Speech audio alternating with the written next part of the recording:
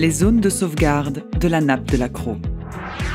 Aujourd'hui, 270 000 habitants sur 13 communes sont alimentés en eau potable par la nappe de la Crau.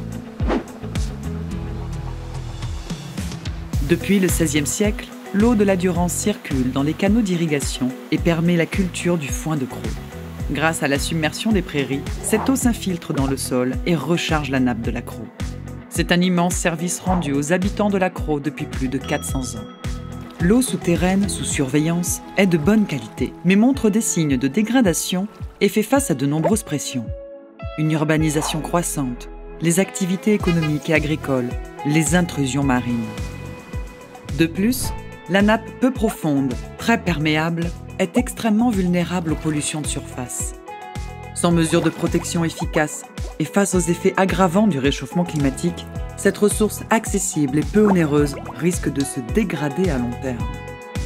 Indispensable, la nappe phréatique de la Crau a été identifiée comme ressource stratégique dans le schéma directeur d'aménagement et de gestion des eaux du bassin Rhône-Méditerranée-Corse. Ceci implique une vigilance forte, notamment en amont des captages d'eau potable. Afin de délimiter des zones de sauvegarde, le CIMCRO s'est appuyé sur une démarche de concertation à l'échelle de la Crau et sur une étude numérique hydrogéologique, modélisant une pollution fictive de la nappe. On simule l'injection d'un polluant fluide tous les 200 mètres. Si plus de 25% de polluants a rejoint un captage, le point est classé dans la zone de sauvegarde. Ces travaux ont permis de délimiter 8 zones de sauvegarde où la qualité de l'eau doit être préservée en priorité. Au total, elles représentent 20% de la surface de la nappe et concernent 9 communes. Il existe 2 types de zones de sauvegarde. La zone de sauvegarde exploitée pour les captages existants et la zone de sauvegarde non exploitée actuellement pour les besoins de sécurisation en eau potable dans le futur.